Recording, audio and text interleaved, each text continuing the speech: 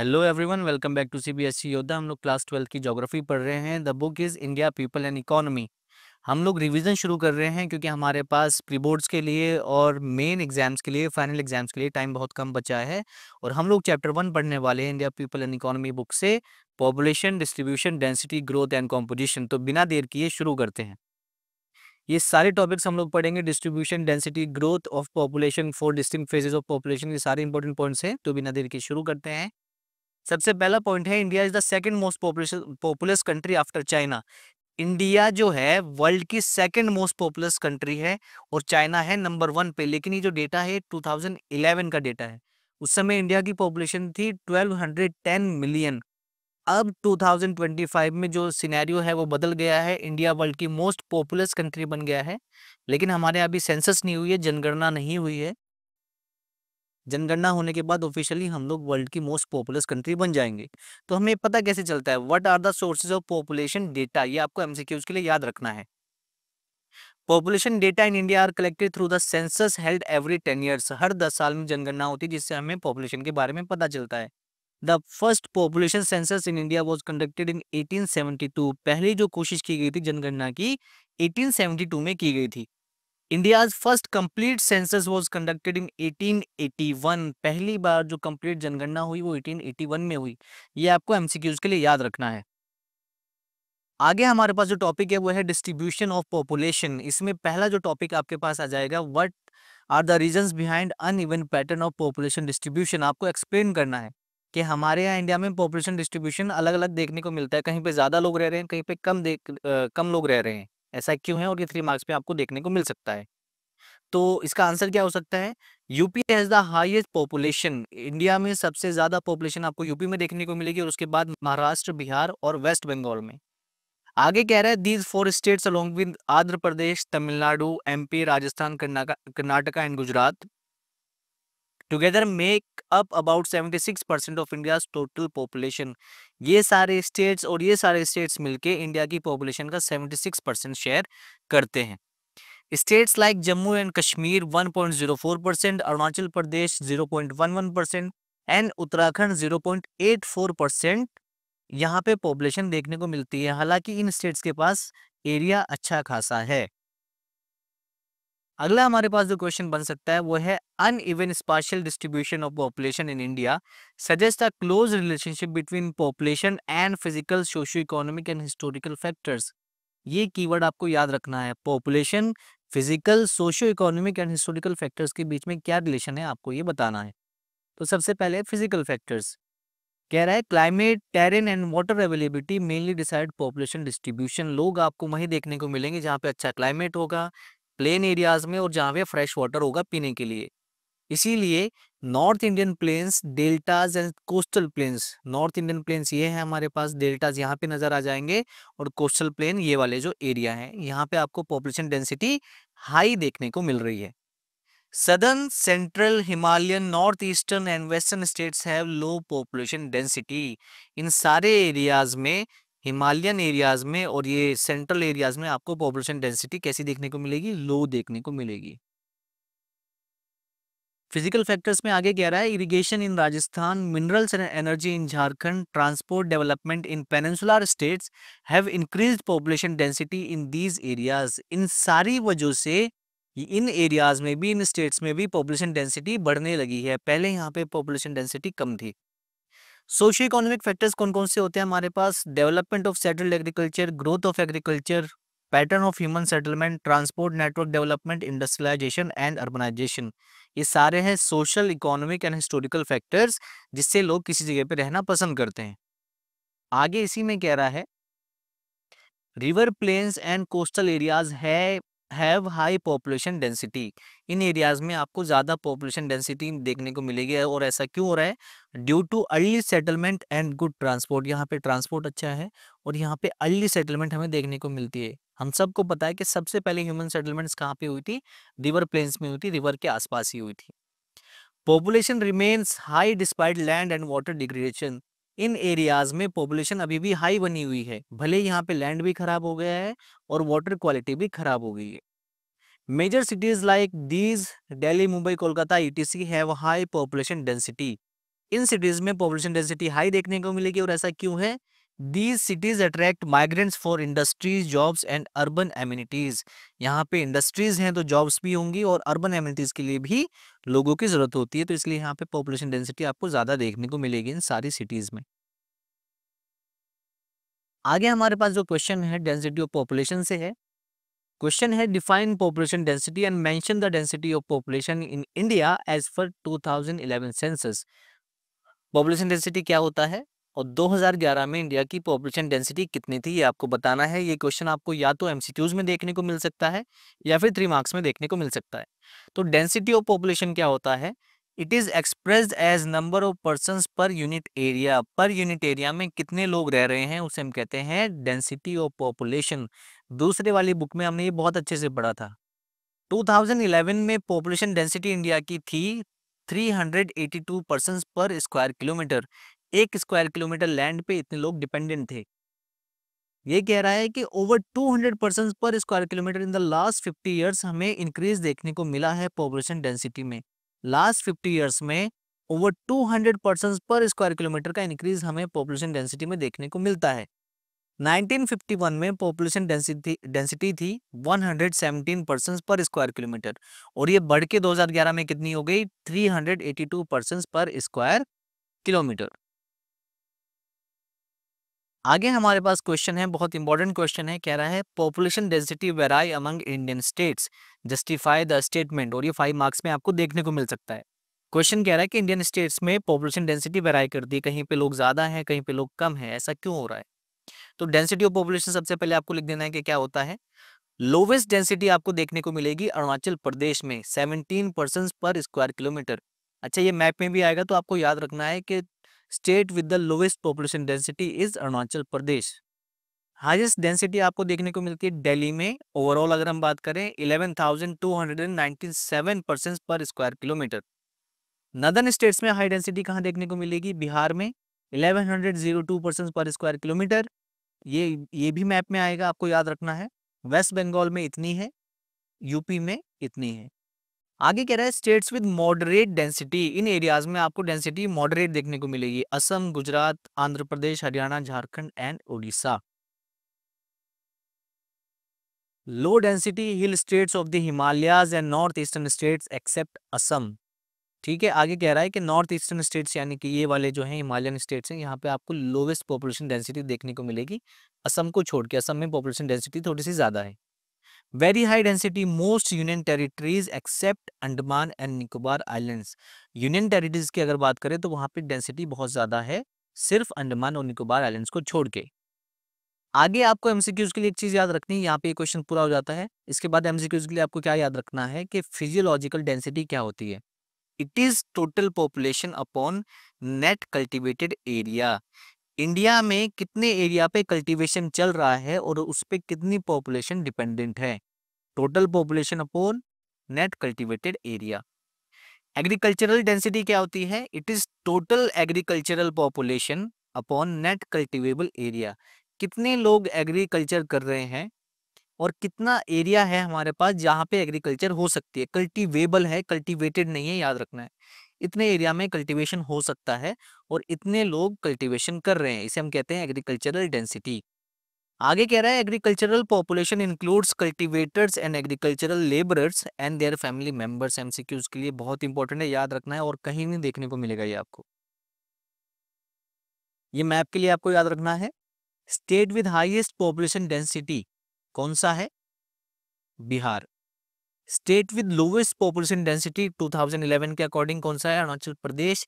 इस चैप्टर में फिर 2 ही मैप है और एक 100% आना है, तो 1 नंबर यहाँ से पक्का हो जाना है। ठीक है, तो आपको ये याद रखना है। और अगर आप यहाँ तक पहुँच गए हैं तो आप सब्सक्राइब कर सकते हैं चैनल को, और मैप्स की पीडीएफ आपको डिस्क्रिप्शन में मिल जाएगी अगर आपको मैप्स डाउनलोड करने हैं ज्योग्राफी के सारे। सॉल्व्ड। आगे हमारे पास टॉपिक आ जाता है ग्रोथ ऑफ पॉपुलेशन। यहाँ से क्वेश्चन कैसे बन सकता है? What is meant by population growth? Population growth होता क्या है? Explain the difference between natural and induced components of population growth. और ये 3 मार्क्स में देखने को मिल सकता है आपको। आंसर कैसे बन सकता है? Population growth means change in the number of people in an area over time. किसी पर्टिकुलर टाइम में किसी पर्टिकुलर एरिया में कितने लोग बढ़ते हैं कितने लोग घटते हैं, उसे हम क्या कहते हैं, पॉपुलेशन ग्रोथ। और हम सबको पता है कि ग्रोथ पॉजिटिव भी हो सकती है और नेगेटिव भी हो सकती है। ठीक है, आगे कह रहे हैं the population growth rate is expressed as a percentage. अगर यहाँ पे एक्यूरेट नंबर्स की बात हो रही है, एब्सोल्यूट नंबर की बात हो रही है, तो वो है पॉपुलेशन ग्रोथ। अगर ग्रोथ रेट आपको निकालना है तो आपको परसेंटेज में इन्हीं नंबर्स को लिख देना है। Population growth has two components namely natural and induced. Population growth दो ही वजह से होती है, उसके दो मेन कंपोनेंट है, एक तो है नेचुरल कारण, नेचुरल वजह है, नेचुरल कंपोनेंट्स है, और दूसरे हैं इंड्यूस्ड कंपोनेंट्स। नेचुरल कंपोनेंट्स में कौन कौन से आते हैं, crude birth rate and death rate.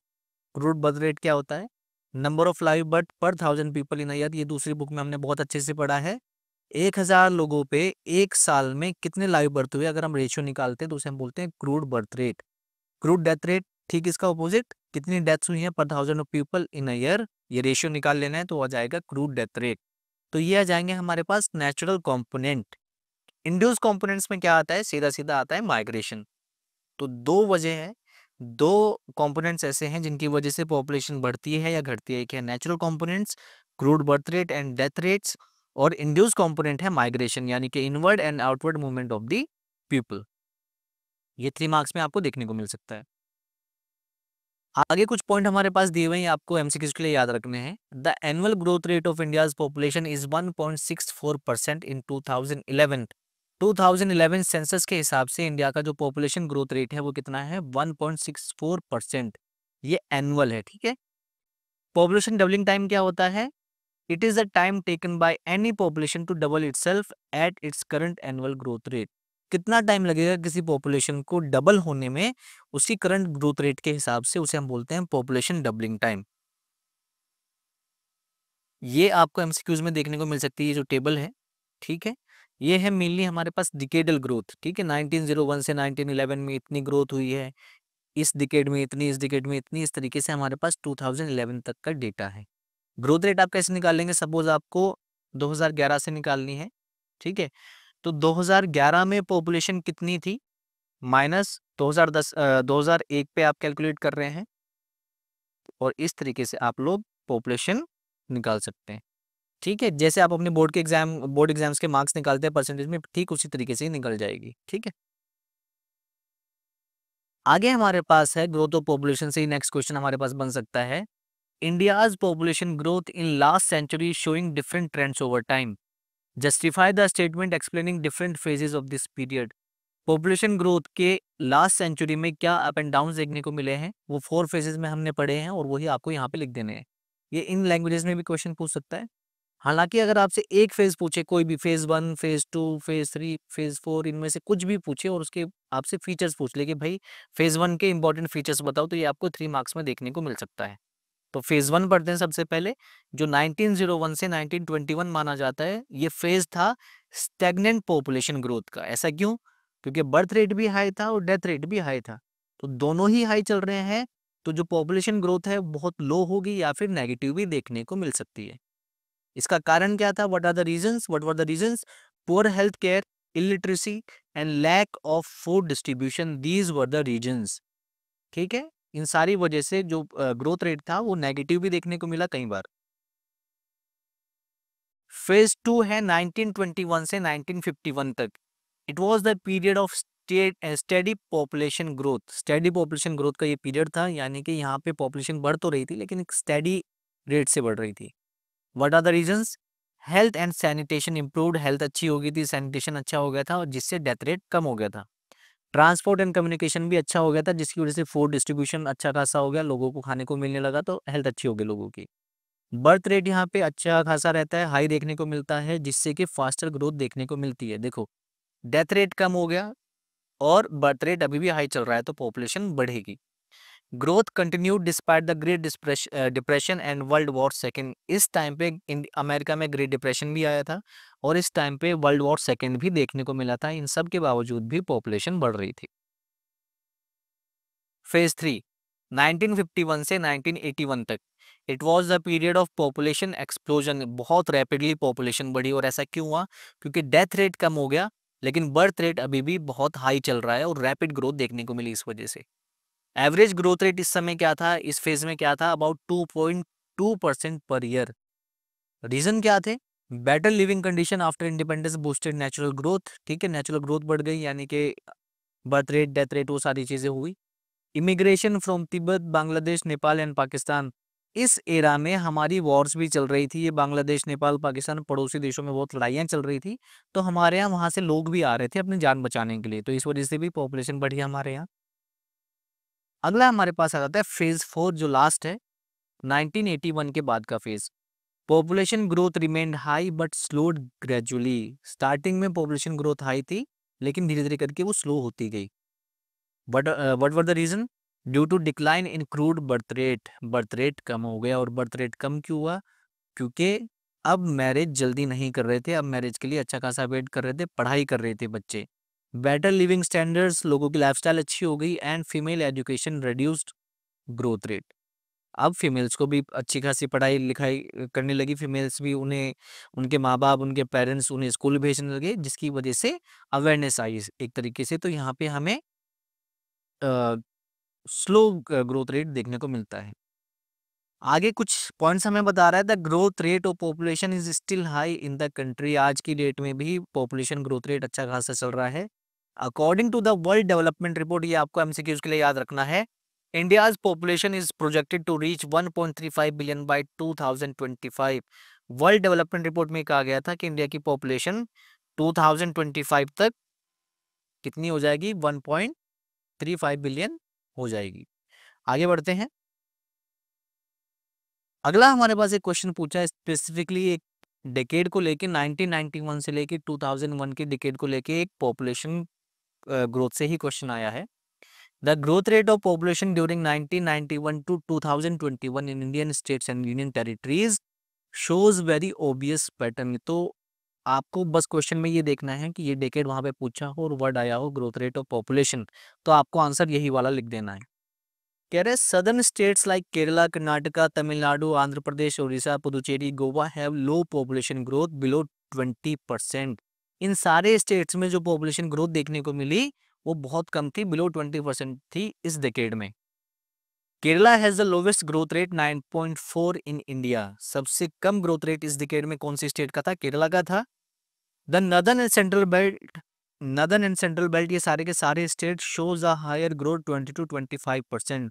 Northern belt और सेंट्रल बेल्ट, ये सारे के सारे स्टेट्स, यहाँ पे जो पॉपुलेशन ग्रोथ रेट है वो हमें हाई देखने को मिला था, 20 से 25% के बीच। अगला हमारे पास डिकेड आता है 2001 से 2011। इसके बारे में आपसे क्वेश्चन पूछ सकता है, क्या कह रहा है? Almost all states and UTs recorded lower population growth rates compare to 1991 to 2001। इस डिकेड के हिसाब से अगर हम कंपेयर करें इस डिकेड का, तो यहाँ पे हमें पॉपुलेशन ग्रोथ कम देखने को मिलता है, लो देखने को मिलता है। ऐसा क्यों हो रहा है देख लेते हैं। 2001 से 2011 में almost all states and UT showed lower population growth than 1991 से 2001। इस डिकेड के हिसाब से इस डिकेड में पॉपुलेशन ग्रोथ कम हुई। The six most populous state UP, Maharashtra, Bihar, West Bengal, Andhra Pradesh, MP all had a decline in growth rate. इन पॉपुलस स्टेट्स में ग्रोथ रेट कम हुआ। आंध्र प्रदेश में सबसे कम डिक्लाइन हमें देखने को मिला 3.5% पॉइंट से, और महाराष्ट्र में हमें हाईएस्ट डिक्लाइन देखने को मिला 6.7% से। तमिलनाडु में 3.9%, पुदुचेरी में 7.1% showed a slight increase in the growth rate. ये दो स्टेट्स ऐसे हैं जहाँ पे हमें ग्रोथ रेट इंक्रीज देखने को मिला, यहाँ पे ग्रोथ रेट बढ़ रहा था। ठीक है, आगे हमारे पास एक बहुत इंपॉर्टेंट क्वेश्चन आ जाता है, ये मुझे लगता है इस बार आपको एग्जाम में देखने को मिल भी सकता है। An important aspect of population growth in India is growth of its adolescents. India के एडोलेसेंट्स की बात हो रही है, यानी कि टीनेजर्स की बात हो रही है। ठीक है, कह रहा है कि बहुत इंपॉर्टेंट है ये हम एडोलेसेंट्स हमारे लिए। आपको ये बस ये वर्ड याद रखना है, ये वर्ड जहाँ भी दिखे आपको ये आंसर लिख देना है। इन 2011 एडोलेसेंट्स, जिनकी एज ग्रुप ये माना जाता है 10 to 19 years, in 2011 they were made up of 20.9% of India's population. 52.7% boys थे और 47.3% गर्ल्स थी। ठीक है, 2011 में एडोलेसेंट्स, जिनका एज ग्रुप ये माना जाता है, वो पूरी इंडिया की पॉपुलेशन का 20.9% बना रहे थे उस समय। और इसमें से भी 52.7 बॉयज थे और 47.3% गर्ल्स थी। This group is youthful, productive and vital for India's future. बहुत ज़्यादा यूथफुल ग्रुप है, ये यूथफुल एज ग्रुप है, बहुत प्रोडक्टिव माना जाता है और इंडिया की फ्यूचर के लिए बहुत वाइटल, बहुत इंपॉर्टेंट माना जाता है। लेकिन without proper guidance, education and support they face risk like early marriage, illiteracy, malnutrition, maternal health issues, HIV AIDS, disabilities, substance abuse and juvenile crime. ये सारे के सारी चीज़ों में अगर वो बच्चे पड़ गए तो उनका कोई फ्यूचर नहीं रहेगा। ठीक है, तो बहुत ज़्यादा फ्रेजाइल माने जाते हैं, बहुत ज़्यादा चैलेंजिंग ये हो सकता है इन लोगों को देखभाल करना। ठीक है, तो इंडिया की गवर्नमेंट ने एडोलेसेंट्स की देखभाल के लिए एडोलेसेंट्स को उनकी कैपेबिलिटीज इंप्रूव करने के लिए कुछ पॉलिसी शुरू की हैं। देखो क्या कह रहा है क्वेश्चन, ये 3 या 5 मार्क्स में आपको देखने को मिल सकता है। The government of India has undertaken certain policies to impart proper education to the adolescents group. Government of India ने कुछ पर्टिकुलर पॉलिसीज शुरू करी हैं प्रॉपर एजुकेशन देने के लिए एडोलेसेंट ग्रुप को। वो क्या क्या है? सबसे पहले आती है हमारे पास national youth policy. It was launched in February 2014 and gives a clear vision for India's youth. It aims to empower youth to achieve full potential. इसका मेन ऑब्जेक्टिव क्या है? यूथ को उनका फुल पोटेंशियल तक पहुंचाना एंड स्ट्रेंथन इंडियाज ग्लोबली। ठीक है, और इससे क्या होगा? इंडिया का पूरे के पूरे ग्लोबल लेवल पे चर्चा हो जाएगी कि भाई बहुत अच्छा कर रहे हैं, यहाँ के टीनेजर्स बहुत अच्छे हैं, यहाँ का यूथ बहुत अच्छा है। इस पॉलिसी के अकॉर्डिंग, ये आपको एमसीक्यूज के लिए याद रखना है, इस पॉलिसी के अकॉर्डिंग यूथ की एज कितनी है? 15 टू 29 ईयर्स। इस एज ग्रुप का जो बंदा है, इस एज ग्रुप का जो भी पर्सन्स होंगे उन्हें हम क्या कहेंगे? ये यूथ हैं, according to national youth policy. इसी तरीके से हमारे पास दूसरी एक स्कीम चल रही है गवर्नमेंट की, that is national policy for skill development and entrepreneurship. ये 2015 में शुरू हुई थी। It was introduce by the government of India. Central India ने ये शुरू की थी, सेंट्रल गवर्नमेंट ने शुरू की थी। It gives a central framework for skill development activities. इसका मेन काम क्या है? स्किल डेवलपमेंट एक्टिविटीज को प्रमोट करना nationwide. It aims to offer standard skill training provide करेंगे and connect skill with jobs and industry needs. और ऐसी skill provide कराएंगे जो इंडिया की इंडस्ट्रीज यूज कर रही हैं, जो अ, जिन स्किल्स के बाद इन यूथ्स को इजीली जॉब मिल पाए। अगला हमारे पास टॉपिक आ जाता है पॉपुलेशन कॉम्पोजिशन। सबसे पहले पॉपुलेशन कॉम्पोजिशन होता क्या है? It is a branch of population geography that studies the characteristics of people such as age, sex, residence, ethnicity, language, religion, education and occupation. ठीक है, अगर आप पॉपुलेशन ज्योग्राफी पढ़ रहे हैं और पॉपुलेशन कॉम्पोजिशन आपको पढ़ना है तो ये सारी चीजें आपको स्टडी करनी पड़ेंगी। क्वेश्चन कैसे बन सकता है? Explain the spatial variation in the rural population among the different states and union territories. Rural population बहुत इंपॉर्टेंट है, ये टॉपिक आपको याद रख लेना है ये। तो इंडिया की रूरल कॉम्पोजिशन क्या है? देखो क्या कह रहा है, 68.8% of India's population lived in villages in 2011। 2011 census की अगर बात माने तो इंडिया की 68.8% पॉपुलेशन अभी भी गांव में ही रह रही थी, विलेजेस में रह रही थी। India had 6,40,867 villages and 93.2% of them were inhabited. कितने villages थे और उनका 93%, 93.2% गांव में अभी भी लोग रह रहे थे। States like Himachal Pradesh and Bihar have a very high rural population. इन दोनों स्टेट्स में रूरल पॉपुलेशन यानी कि गांव वाले लोग आपको ज़्यादा देखने को मिलेंगे। States like Goa and Mizoram have just over half of their population living in villages. इन दोनों स्टेट्स में, गोवा एंड मिजोरम में, आधे से थोड़ा सा ज्यादा लोग ही बस गांव में रह रहे हैं, रूरल पॉपुलेशन में आते हैं।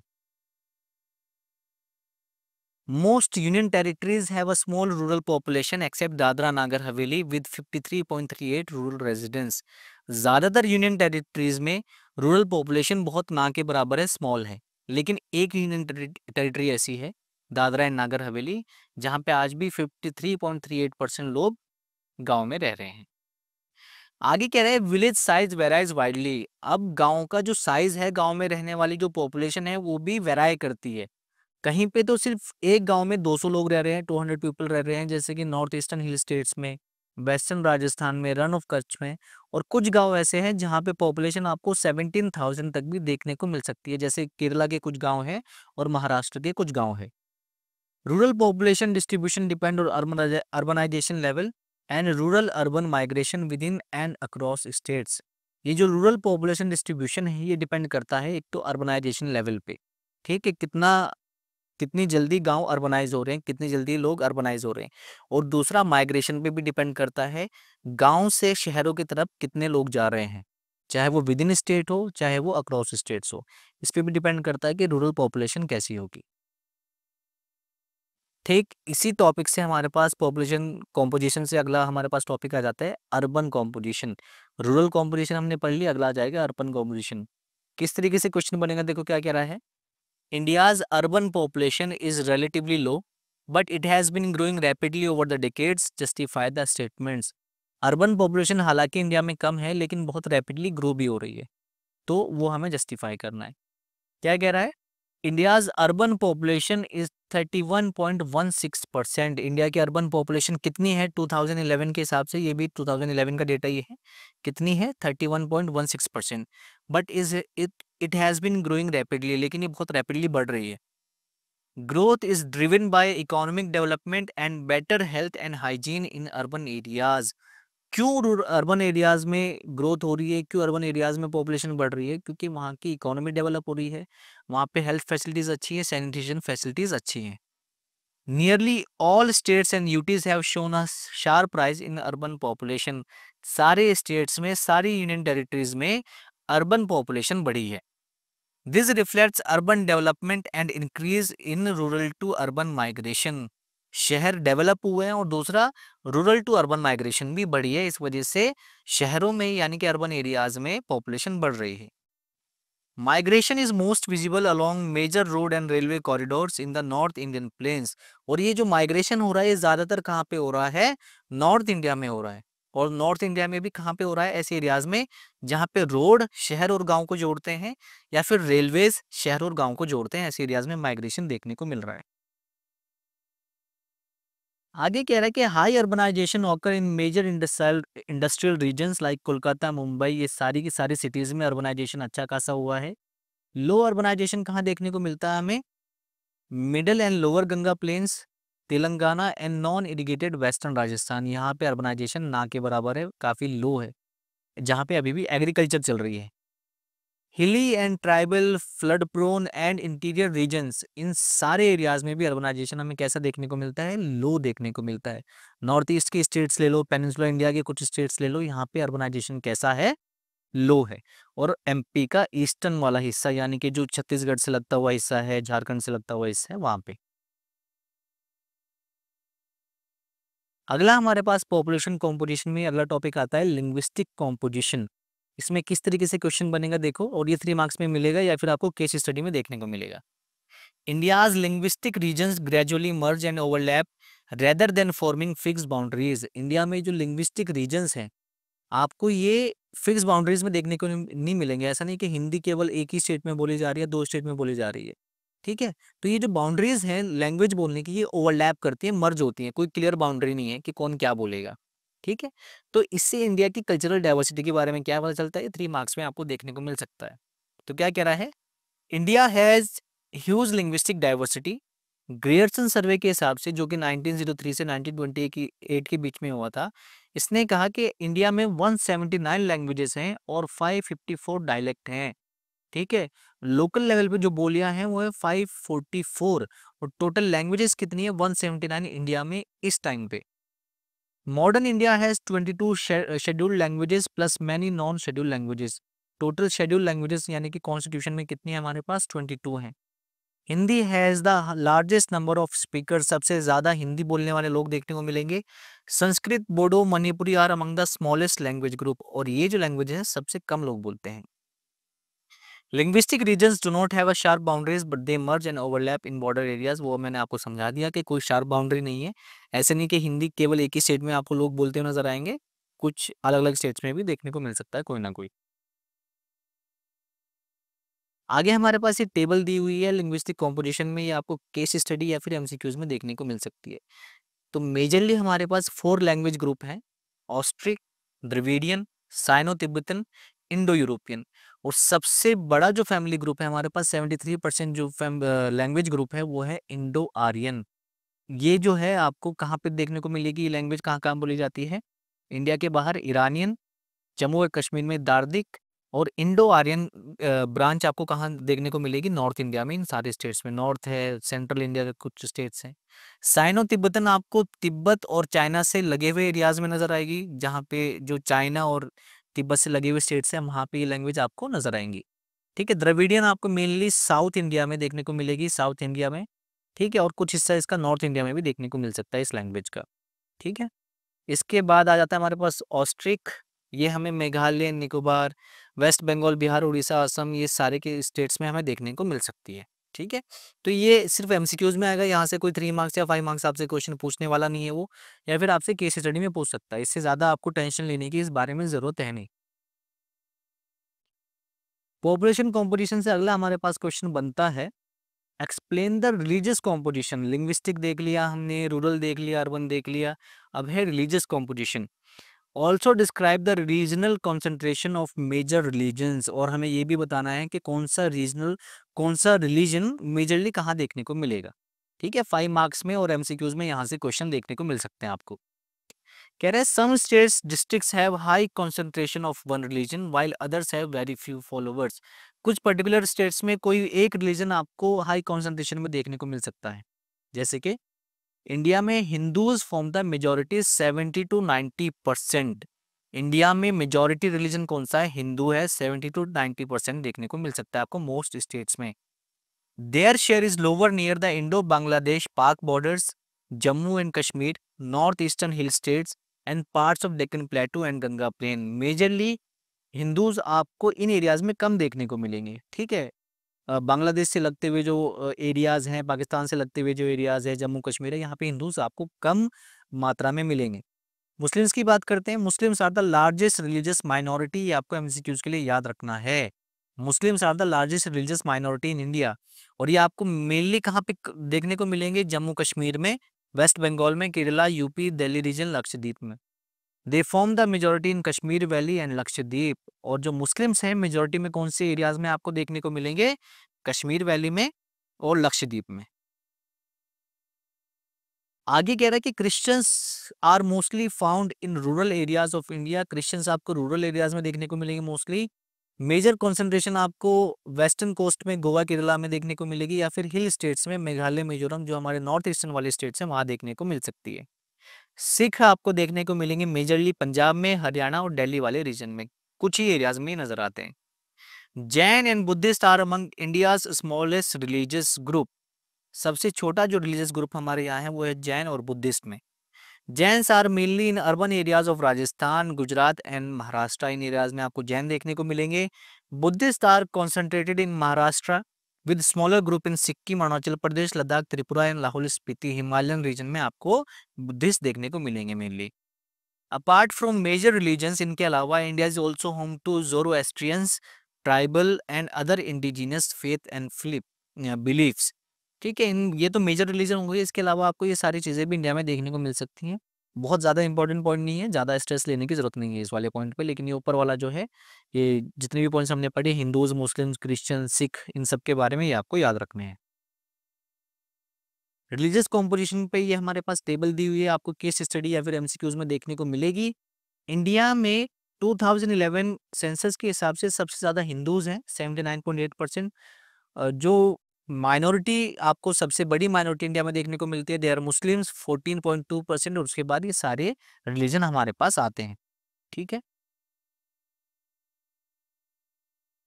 अगला हमारे पास टॉपिक आता है कॉम्पोजिशन ऑफ वर्किंग पॉपुलेशन। ठीक है, इंडिया में जो वर्किंग पॉपुलेशन है वो कैसी है, क्या लोग क्या काम कर रहे हैं, कितने लोगों के पास काम है, कितने लोगों के पास काम नहीं है। तो क्वेश्चन कैसे बन सकता है? कीवर्ड आपको क्या याद रखना है? Work participation rate in India. The work participation rate in India varies widely, अलग अलग देखने को मिलेगा। What does this indicate about India's dependency ratio and employment pattern. इससे आपको इंडिया के एम्प्लॉयमेंट पैटर्न के बारे में क्या पता चलता है? या फिर सेम क्वेश्चन कैसे पूछेगा? What does the work participation rate in India indicate about India's dependency ratio and employment pattern. ठीक है, सेम ही तरह के क्वेश्चन हो गए, तो देख लेते हैं इसका आंसर क्या हो जाएगा। अच्छे 5 मार्क्स में आपको देखने को मिल सकता है। India's population is divided into main workers, marginal workers and non workers. तो वर्कर की कैटेगरीज हमारे पास ये दो हैं मेनली, और ये आ जाते हैं non workers. In 2011, only 39.8% were workers, while about 60% were non-workers. 2011 census के हिसाब से सिर्फ इतने लोग काम कर रहे थे और इतने लोग घर पे बैठे थे खाली। तो इसका मतलब ये इन पे डिपेंडेंट हो जाएंगे। Work participation ranges from 29.1% in Lakshadweep to 51.9% in Himachal Pradesh. इन एरिया में सिर्फ 29.1% लोग काम कर रहे हैं लक्षद्वीप में, और हिमाचल में उस समय कितने लोग काम कर रहे थे? 51.9% लोग हिमाचल के। हाई वर्कर स्टेट्स, कौन सा स्टेट ऐसे हैं जहाँ पे वर्कर्स आपको ज्यादा देखने को मिलेंगे?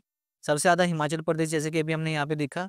सिक्किम, छत्तीसगढ़, आंध्र प्रदेश, कर्नाटक, अरुणाचल प्रदेश, नागालैंड, मणिपुर एंड मेघालय।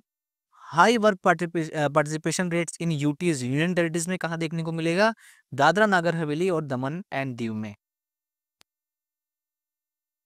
आगे कह रहा है less developed region show higher participation due to reliance on manual and subsistence level work. ऐसे एरियाज जो कि लेस डेवलप्ड हैं, यहाँ पे आपको वर्कर्स ज्यादा देखने को मिलेंगे। ऐसा क्यों? क्योंकि यहाँ पे ज्यादातर काम कैसे हो रहा है? मैनुअल हो रहा है, यानी कि ह्यूमन हेल्प से हो रहा है। और ज्यादातर लोग किस लेवल पे काम कर रहे हैं? अपना खर्चा चलाने के लिए, सिर्फ अपने गुजारे के लिए काम कर रहे हैं, इसलिए इसलिए यहाँ पे वर्कर्स ज्यादा देखने को मिलेंगे। This shows that a large portion of the population is dependent on the working group. एक पॉपुलेशन का एक बहुत बड़ा हिस्सा जो कि खाली बैठा है, वो किस पे डिपेंडेंट है? वर्किंग ग्रुप पे डिपेंडेंट है। It also suggest that presence of unemployment and under employment in the country. ठीक है, इंडिया में अनएम्प्लॉयमेंट के बारे में भी पता चलता है हमें इसके बारे में, इस डेटा से, और अंडर एम्प्लॉयमेंट के बारे में भी पता चलता है इस डेटा से। अगला हमारे पास क्वेश्चन क्या आ जाएगा? Describe the sectoral composition of India's workforce. Sector wise बताइए अब इंडिया की वर्कफोर्स। और हमारे पास तीन मेजर सेक्टर हैं, प्राइमरी, सेकेंडरी, टर्शरी। तो उस हिसाब से हमें बताना है। Explain how the distribution of workers across primary, secondary and tertiary sectors. वही मैंने आपको बता दिया।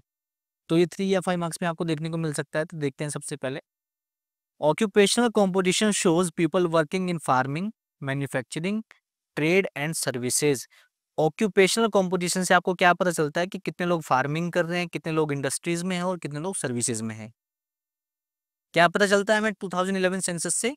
Majority of workers are in the primary sector, 54.6%। ज्यादातर लोग किस में काम कर रहे हैं? 2011 सेंसस के हिसाब से प्राइमरी सेक्टर में काम कर रहे हैं, यानी कि एग्रीकल्चर और कल्टीवेटर लोग हैं, ज्यादातर किसान लोग हैं। 3.8% work in house hold industries. 3.8% कहाँ पे काम कर रहे हैं? हाउस होल्ड इंडस्ट्रीज में काम कर रहे हैं। 41.6% लोग कहाँ पे काम कर रहे हैं? Trade, commerce, construction and services में। और in all sectors male workers outnumber female workers. Workers में ज्यादा रेशियो किसका है? मेल्स का है। ज्यादा काम करने वाले लोग कौन है? मेल्स हैं। इसके बाद सेक्टरल कॉम्पोजिशन हमारे पास ये भी आती है। 2011 सेंसस का डेटा है हमारे पास। प्राइमरी सेक्टर में इतने लोग काम कर रहे थे, जो कि पूरे वर्कर्स का कितना था? 54.6% था। इतने मेल और इतनी फीमेल। तो यहाँ से हमें एक और चीज पता चलती है कि ज्यादातर फीमेल्स क्या काम कर रही हैं? यहाँ पे एग्रीकल्चर में लगी हुई हैं। ठीक है। सेकेंडरी सेक्टर में इतने लोग काम कर रहे थे, इतना हो जाता है टोटल वर्कर्स का 3.8% हो जाता है, इतने मेल और इतने फीमेल। ये अच्छा आपको एमसीक्यूज में देखने को मिल सकता है ये वाला। ठीक है, एमसीक्यूज के लिए यहाँ पे क्वेश्चन बन सकता है और केस स्टडी में भी आपको ये देखने को मिल सकता है। टर्शरी सेक्टर में इतने लोग काम कर रहे हैं, जो कि टोटल वर्कर्स का इतना परसेंटेज है, 41.6%। टोटल मेल इतने हैं, टोटल फीमेल्स इतनी हैं। ठीक है।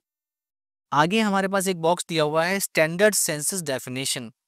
कह रहा है main worker is a person who works for at least 183 days और 6 months in a year. Main worker कौन है? जो कम से कम 6 महीने साल भर में काम करता है, उसे हम क्या कहेंगे? मेन वर्कर कहेंगे। मार्जिनल वर्कर कौन है? Is a person who works for less than 183 days और 6 मंथ्स इन अ ईयर। 6 महीने से कम जो काम कर रहा है वो मार्जिनल वर्कर है, और कम से कम जो 6 महीने काम कर रहा है वो मेन वर्कर है सेंसस के हिसाब से। तो ये आपको याद रखना है for the MCQs. Occupational categories हमारे पास क्या है 2011 सेंसस के हिसाब से? कल्टीवेटर्स हैं, एग्रीकल्चरल्स हैं, एग्रीकल्चर लेबरर्स हैं, हाउस होल्ड इंडस्ट्रियल वर्कर्स हैं और अदर वर्कर्स हैं। ठीक है, ये इतना ज़्यादा इंपॉर्टेंट नहीं है, मुझे लगता है कहीं भी आपको देखने को मिलेगा, लेकिन आपको याद रखना है। ठीक है। आगे हमारे पास टॉपिक आ जाता है gender sensitivity through Beti Bachao and Beti Padhao social campaign. Question किस तरीके से बन सकता है? अच्छा, ये 2025 में सीबीएसई ने केस स्टडी में पूछा था। ठीक है, तो इस साल हो सकता है ये ना देखने को मिले, लेकिन फिर भी हमें पढ़ना तो है ही। क्वेश्चन किस तरीके से बन सकता है? If development is not engendered it is endangered. अगर डेवलपमेंट को हमने एंजेंडर्ड नहीं किया, मतलब दोनों के लिए इक्वल नहीं किया, तो इसका मतलब डेवलपमेंट खतरे में है। ये कहा था यूएन ने। तो आपको ये स्टेटमेंट जस्टिफाई करना है। ठीक है, तो कैसे करेंगे? 3 मार्क्स में देखने को मिल सकता है। जेंडर होते हैं मेल, फीमेल एंड ट्रांसजेंडर।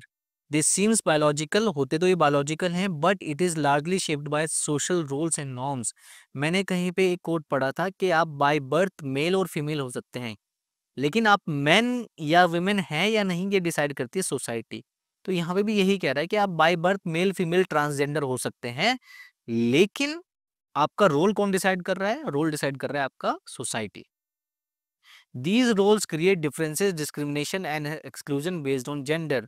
और इन रोल्स की वजह से जो सोसाइटी ये रोल फिक्स कर रही है, इसकी वजह से लोगों को डिस्क्रिमिनेशन झेलना पड़ सकता है, एक्सक्लूजन झेलना पड़ सकता है। एक्सक्लूजन मतलब आपको बाहर का समझा जाए, एलियनेट कर दिया जाए।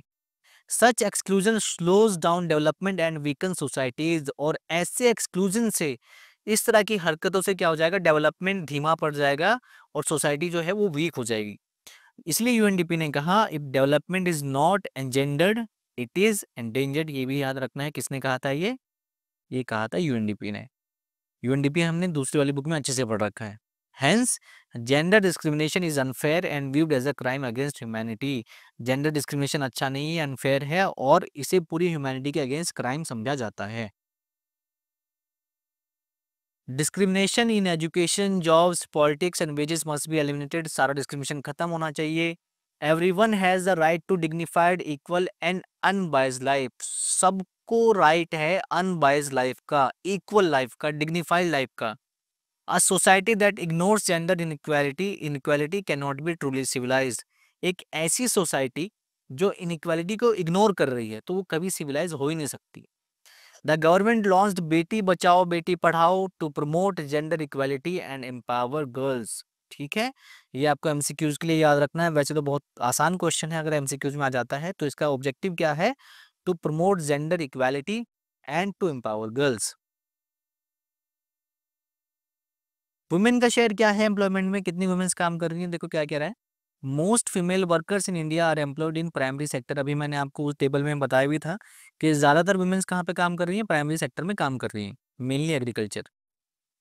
Women's participation in the secondary and tertiary sector has been gradually increasing in the recent years। धीरे धीरे करके सेकेंडरी और टर्शियरी सेक्टर में भी वुमेन्स का रोल, पार्टिसिपेशन बढ़ना शुरू हो गया।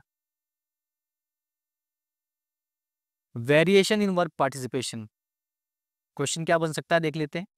There is a wide spatial variation in the work participation rate across different sectors in India. अलग अलग सेक्टर में, अलग अलग स्टेट्स में आपको वर्क पार्टिसिपेशन रेट अलग अलग देखने को मिल सकता है। कैसे? Himachal Pradesh and Nagaland have high proportion of cultivators. इन दोनों स्टेट्स में ज्यादातर लोग क्या काम कर रहे हैं? एग्रीकल्चर कर रहे हैं। Bihar, Andhra Pradesh, Chhattisgarh, Orissa, Jharkhand, West Bengal and MP have more agricultural labourers. और यहाँ पे आपको एग्रीकल्चरल लेबरर्स देखने को मिलेंगे जो किसी और के खेतों में काम कर रहे हैं। Delhi, Chandigarh, Puducherry have most workers in non farm services. इन एरियाज में आपको एग्रीकल्चर में नहीं देखने को मिलेंगे लोग, इंडस्ट्रीज में देखने को मिलेंगे। ठीक है, these reflect limited farmland, urbanization, and industrialization which shift jobs to non-agricultural sectors। ठीक है, लोग फार्म लैंड से कहाँ पे किस तरफ मूव कर रहे हैं? नॉन एग्रीकल्चरल सेक्टर्स पे डिपेंड कर रहे हैं, यानी कि इंडस्ट्रियलाइजेशन पे और सर्विस सेक्टर पे लोग शिफ्ट हो रहे हैं अब। कहाँ से? फार्म लैंड से। अगला हमारे पास क्वेश्चन क्या देखने को मिल सकता है? Sectoral shift in India's economy indicating movement towards industrial and service activities. लोग प्राइमरी सेक्टर छोड़ के कहाँ पे भाग रहे हैं? इंडस्ट्रियल सेक्टर की तरफ भाग रहे हैं और सर्विस सेक्टर की तरफ भाग रहे हैं। 3 मार्क्स में ये क्वेश्चन आपसे पूछ सकता है। ये कह रहे हैं workers in agriculture decline from 58.2% in 2001 to 54.6% in 2011। 2001 में इतने लोग एग्रीकल्चर में लगे हुए थे और 2011 में इतने लोग एग्रीकल्चर में लगे हुए हैं, तो कहीं ना कहीं एग्रीकल्चर में लोग घट रहे हैं। Secondary and tertiary sectors so a rise in workers. Secondary और टर्शरी सेक्टर्स में लोग अब बढ़ रहे हैं, वर्कर्स बढ़ रहे हैं। It shows a shift from farm to non farm occupation. लोग अब खेत छोड़ के कहाँ जा रहे हैं? इंडस्ट्रीज में जा रहे हैं, सर्विस सेक्टर में जा रहे हैं, यानी कि खेत छोड़ के कहाँ जा रहे हैं? नॉन फार्मिंग ऑक्यूपेशन में जा रहे हैं। It indicates India's economy is moving toward industry and services. और इससे हमें पता चलता है कि इंडिया की इकोनॉमी किस तरफ बढ़ रही है? इंडस्ट्री की तरफ बढ़ रही है, सर्विस सेक्टर की तरफ बढ़ रही है। और ये हमारा रिवीजन कंप्लीट हो जाता है, ये हमारा चैप्टर कंप्लीट हो जाता है। और यहाँ तक अगर आपने वीडियो देखी है तो इस चैनल को लाइक करें, और वीडियो को लाइक करें और चैनल को सब्सक्राइब करें। All the best for your pre boards and for your main examination. Revision करते रहिए, बहुत पूरी मेहनत करते रहिए। All the best for your exams. जय हिंद।